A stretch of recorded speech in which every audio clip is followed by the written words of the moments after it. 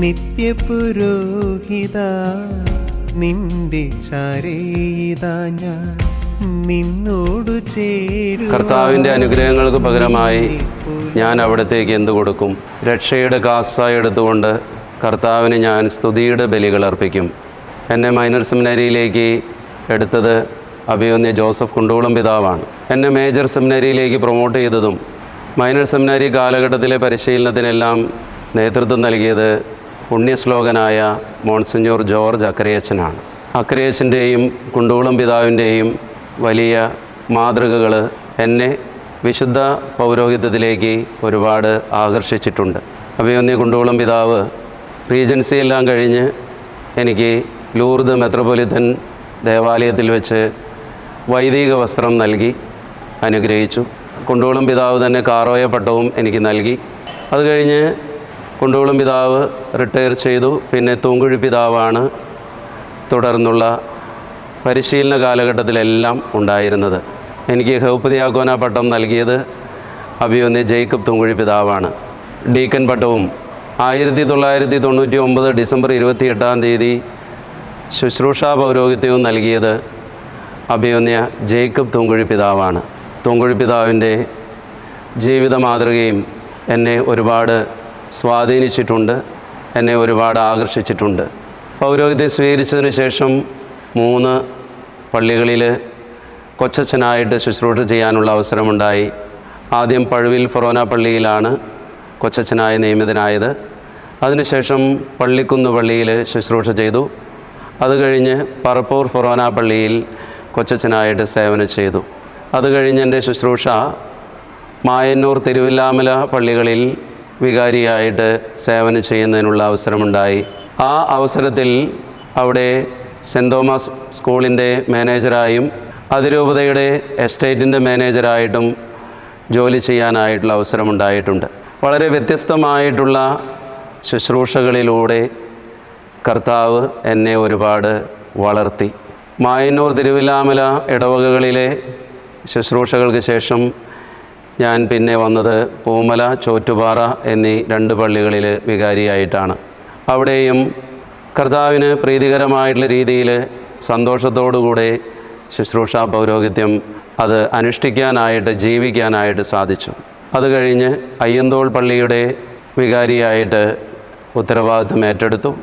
അവിടുത്തെ ശുശ്രൂഷകൾക്ക് ശേഷം ചേറൂർ ക്രൈസ്റ്റ് വില്ല പവർ ഹോമിൻ്റെ ഡയറക്ടറായിട്ട് വൃദ്ധജനങ്ങൾക്ക് സ്നേഹത്തിൻ്റെയും കാരുണ്യത്തിൻ്റെയും ശുശ്രൂഷ ചെയ്യാനായിട്ട് സാധിച്ചു.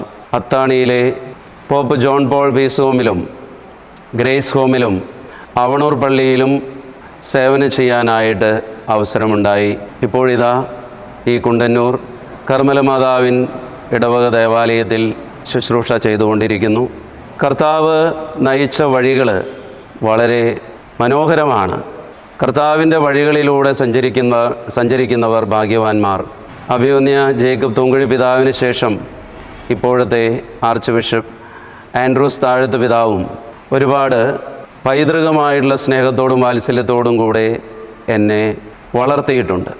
ഇന്നിപ്പോഴായിരിക്കുന്ന ഈ വലിയൊരു ദൈവാനുഭവത്തിൻ്റെ സാഹചര്യം അതിനെല്ലാം അഭിമന്യ ആൻഡ്രൂസ് താഴത്ത് പിതാവാണ്.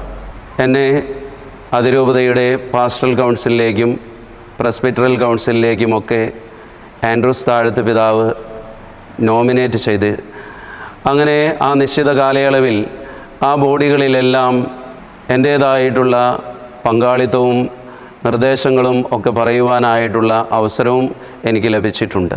അതിനെല്ലാം ഞാൻ അഭിമന്യ ആൻഡ്രൂസ് താഴത്ത് പിതാവിനോടും കടപ്പെട്ടിരിക്കുന്നു.